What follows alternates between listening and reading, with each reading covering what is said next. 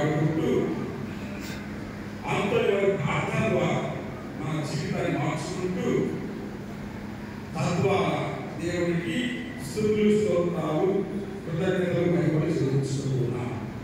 ఇటువంటి తరుణంలో మన ఈ దేవాలయము అంతటి వారి దేవాలయము అద్వితీయ అద్భుత నిలయమని విశ్వసించి ఈ దేవాలయంలోనికి అడుగుతెరచాలి, అనగా రావాలి, ఆ ప్రభు యొక్క చేయడం మనం చూడాలి, ఆ ప్రభువును స్తుతించాలి. కాబట్టి అందరం కూడా మనకు ఇంత గొప్ప దేవాలయాన్ని స్వర్ణ జూబిలీ జరుపుకునే ఈ దేవాలయం దయచేసి ముందుకు అందరం కూడా దేవునికి స్తోత్రం చెల్లించుకుందాం. Praise the lord, praise the lord, praise the lord, praise the lord, hallelujah, hallelujah, hallelujah. అవును ప్రియ, మనము ఫతేహపేట విచారణ గురించి మాట్లాడుతున్నప్పుడు అంతటి దేవాలయ ఆరంభం గురించి మనము ధ్యానించుకున్నప్పుడు మనకు ఈ విచారణ విశేషాలను మనం తెలుసుకున్నప్పుడు 3 విషయాల ద్వారా ఏ విధంగా ఈ దేవాలయము పురోగతిని సాధించిందో మనము ధ్యానించుకోవాలి. ముఖ్యంగా ఈ ఫతేహపేట అంతటి దేవాలయము ఒక విశ్వాస క్షేత్రం. విశ్వాస క్షేత్రం ఎందుకంటే ఏమి లేని దేవుడు ఈ దేవాలయాన్ని మన ప్రాంతములకు ఒక అనుగ్రహంగా దయచేసింది. 1775వ సంవత్సరంలో ఆ కాలంలోని బ్రిటిష్ మిలిటరీ వాళ్ళు ఈ నెల్లూరు రంగవెంట ప్రాంతంలోకి వచ్చినప్పుడు మద్రాసు నుండి అనేక మందిని మిలిటరీ వ్యక్తులుగా తీసుకుని వచ్చారు. ఇక్కడ ఒక క్యాంపు పెట్టుకున్నారు, మిలిటరీ క్యాంపు ఏర్పాటు చేస్తున్నారు. అటువంటి సందర్భంలో ఈ చుట్టుపక్కల ఏమీ లేదు, అంతా కూడా ఒక అడవిగా ఉంది, నిర్మానుషంగా ఉంది, నిర్జీవంగా ఉంది. అటువంటి సమయంలో ఆ తమిళనాడు వచ్చినటువంటి ఆ మిలిటరీ వాళ్ళు కొంతమంది కథోలిక ప్రజలు ఉండేవారు, కాథలిక్ మిలిటెంట్స్ వారు ఉండేవారు. వారి కొరకు ఆనాటి బ్రిటిష్ ప్రభుత్వము ఒక చిన్న దేవాలయాన్ని, చిన్న మందిరాన్ని 1775వ సంవత్సరంగా 250 ఏళ్ల క్రితం ఏర్పాటు చేసింది. Praise the lord, praise the lord, hallelujah, hallelujah, హల్లెలూయా.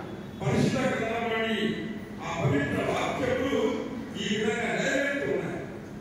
మనం యెషయా గ్రంథము 41వ అధ్యాయము 18, 19, 20 చూసామంటే దేవుని యొక్క ప్రణాళిక, దేవుని యొక్క వాగ్దానము మనకు తెలుసు. ఏమిటి ఆ వాగ్దానము? ప్రభు సెలవిస్తున్నాడు, నేను ఎడారిలో జీవ ఊటను ప్రవహింపచేయుదును, ఏమి లేని నుండి ఒక నూతన సృష్టిని తయారు చేయుదును.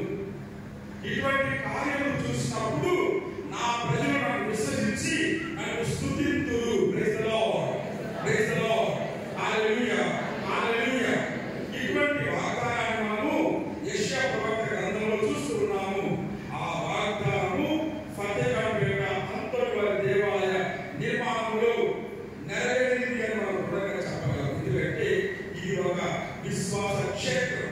ఏమీ లేని నుండి, నిర్జన ప్రదేశం నుండి, జనసంచారం లేని ఒక స్థలం నుండి దేవుడు తన కొరకు ఒక సన్నిధానం నిర్మించుకొని తన ప్రజల మధ్యలో ఉండాలని నిర్ణయించి ఉన్నాడు.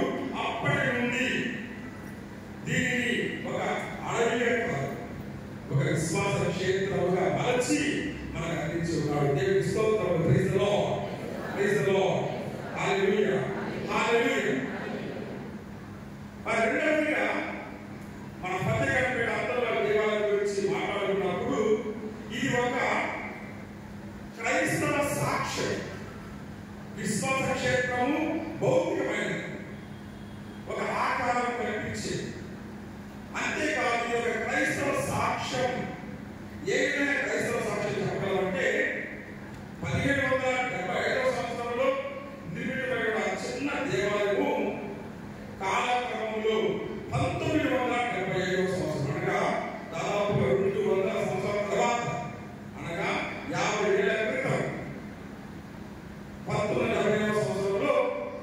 దేవాలయాన్ని మన నేత్రాలు నిర్మించి ఇక్కడ ఉన్నటువంటి క్రైస్తవులకు ఒక బహుమతిగా తయారు చేస్తున్నారు. Praise the lord, praise the lord, hallelujah, hallelujah. కాబట్టి ఒక క్రైస్తవ సాక్ష్యంగా ఈ దేవాలయము నిలుస్తూ అప్పటి నుండి దేవాదేవుడు ఇక్కడ కొలువై ఉన్నాడు. అక్కడి నుండి ఈ సన్నిధానంలో తన సంతోషాన్ని ప్రజలకు అందిస్తున్నాడు. అప్పటి నుండి దేవుడు మనతో ఉన్నాడు, మన కొరకు ఉన్నాడు, మనలో ఉన్నాడు, మనల్ని నడిపిస్తూ ఉన్నాడు. తన కృపా వరములతో అందరినీ కూడా దీవిస్తున్నాడు.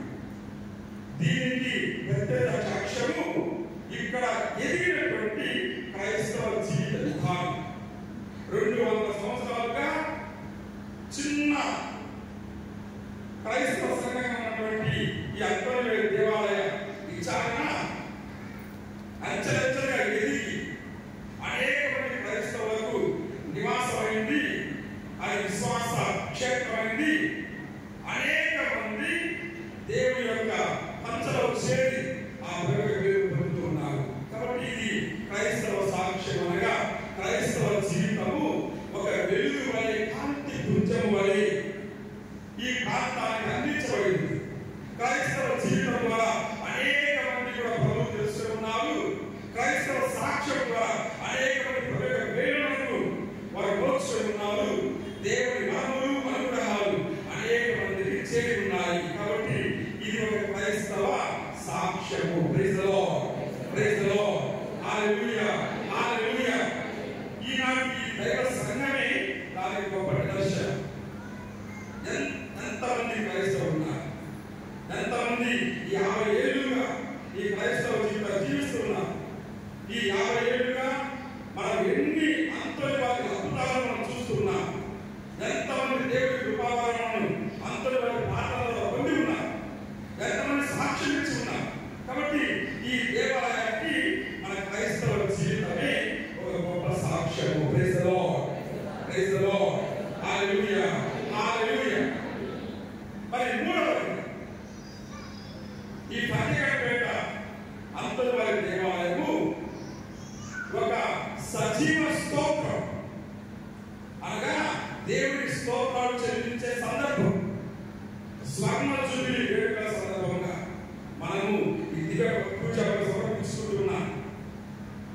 అనగా దాదాపుగా 50 ఏళ్లలో మనము అనేక పురోగతులను సాధించుకున్నాం, అనేక విశ్వాస అభివృద్ధిని సాధించుకున్నాం.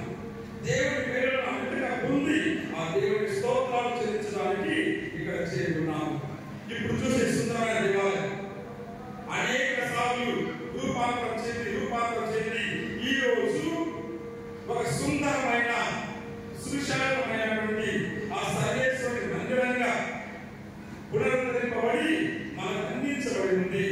ఆలంకబడినటువంటి ఈ పీఠముగా, ఈ దేవాలయ పునరుద్ధరణగా, ముఖ్యంగా వీరందరూ విశేషంగా క్రైస్తవ జీవిత విధానముగా ఇవన్నీ కూడా దేవుడికి స్తోత్రాలు చెల్లించే సమయంగా మనం చూడాలి.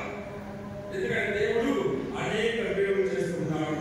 ముఖ్యంగా మనము కీర్తన 118, 24, 25 చూసామంటే ఇది ప్రభువు చేసిన దినం, ఇది ప్రభువు ఏర్పాటు చేసినటువంటి కార్యం.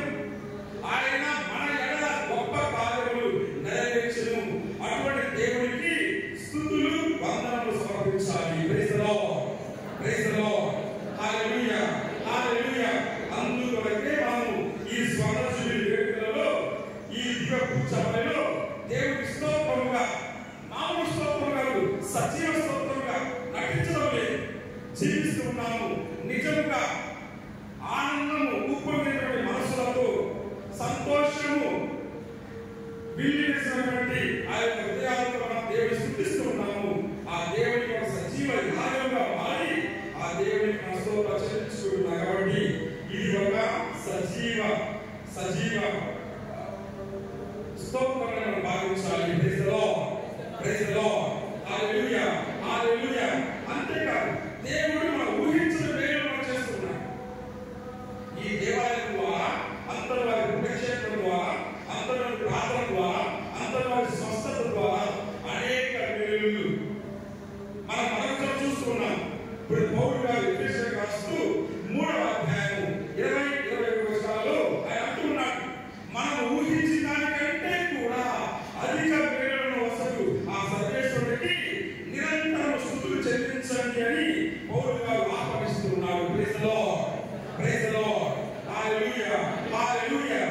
కాబట్టి ఈ 50 ఏళ్ళుగా మనము ఎన్ని మేలులను ఎన్ని కృపావరాలను పొందుతూ ఉన్నామో వాటన్నిటిని స్మరించుకోవాలి.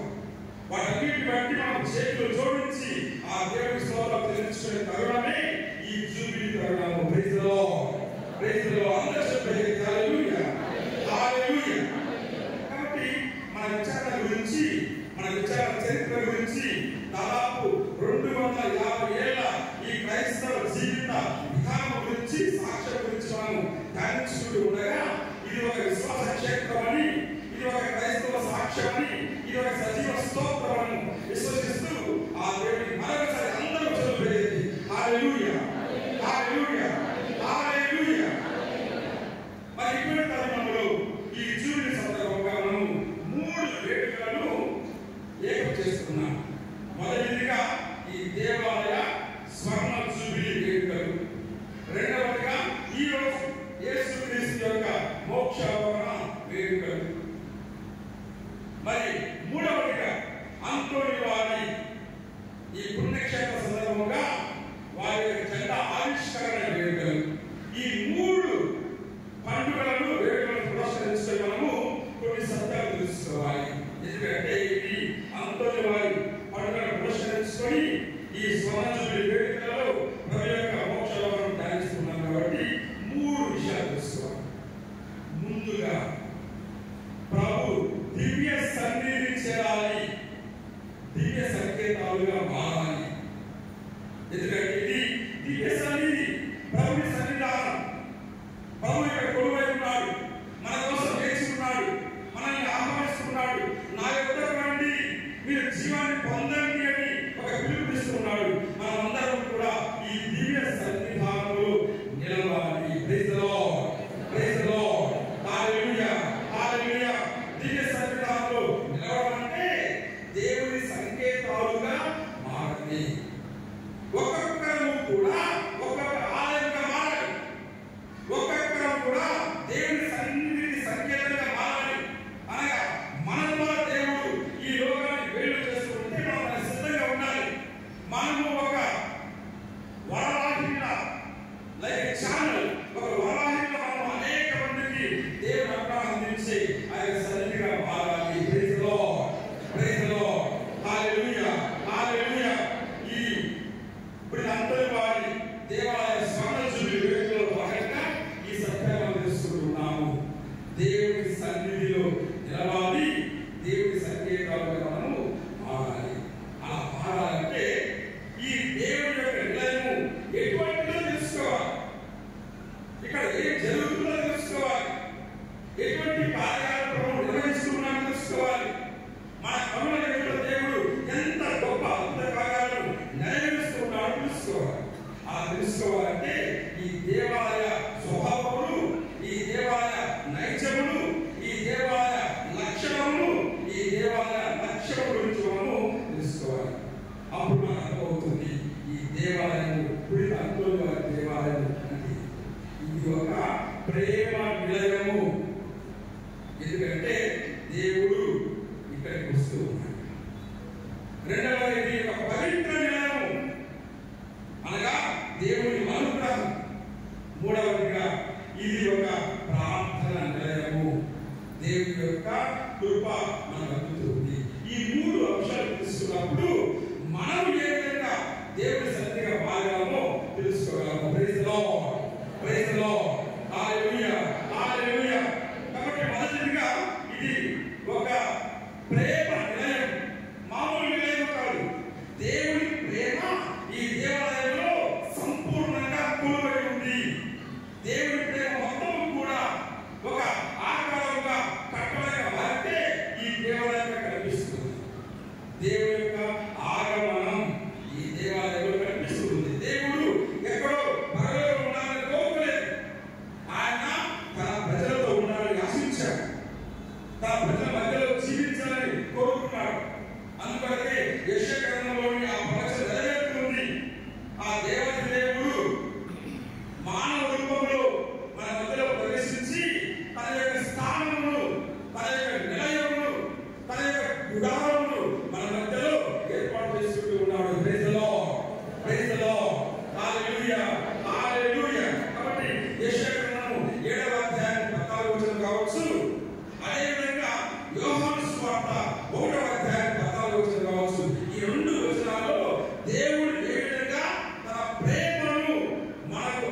అందుబాటులో ఉంచుతున్నాడో తెలుసుకుంటున్నాడు.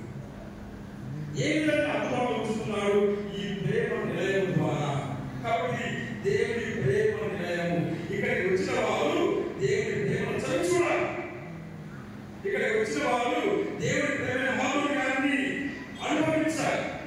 ఇక్కడికి వచ్చిన వారు దేవుని ప్రేమను తెలుసుకోవాలి.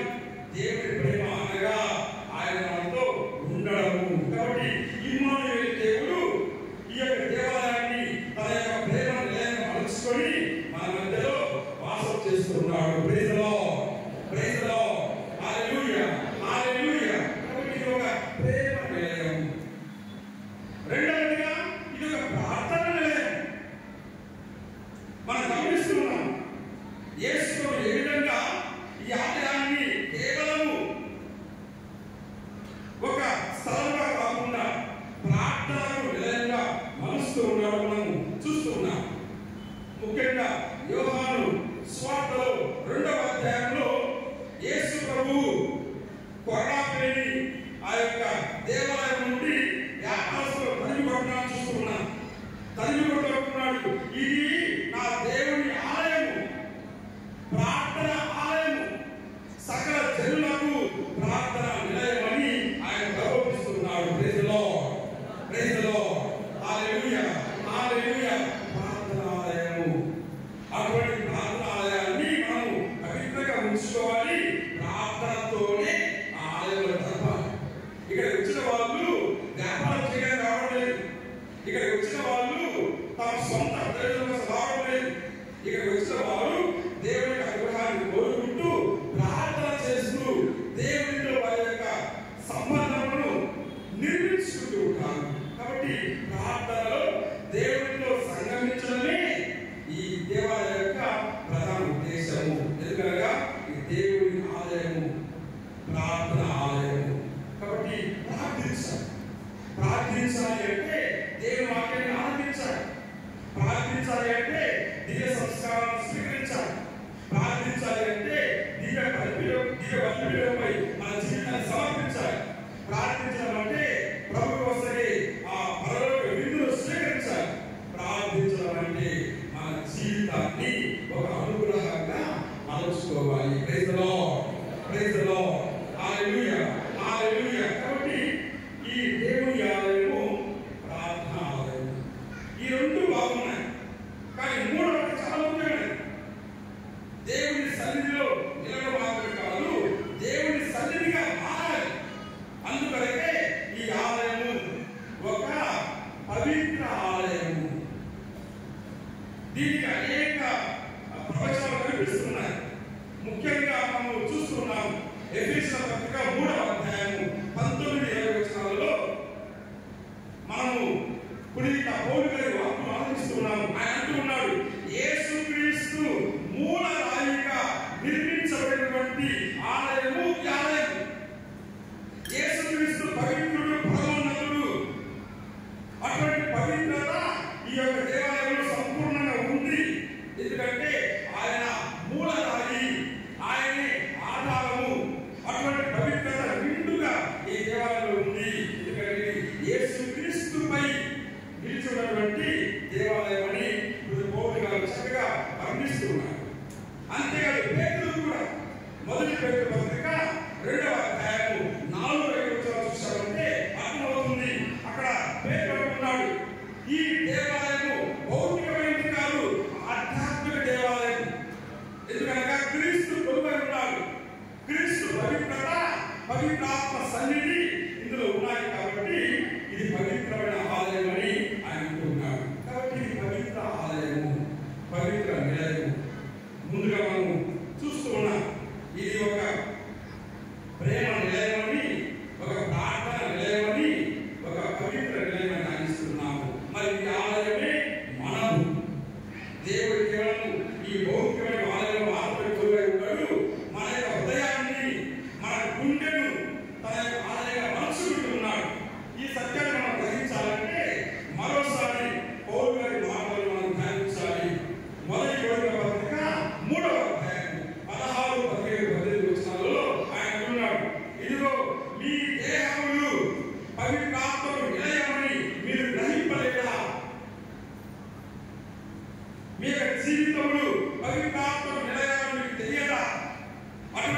జీవితాన్ని పవిత్రంగా ఉంచుకోండి.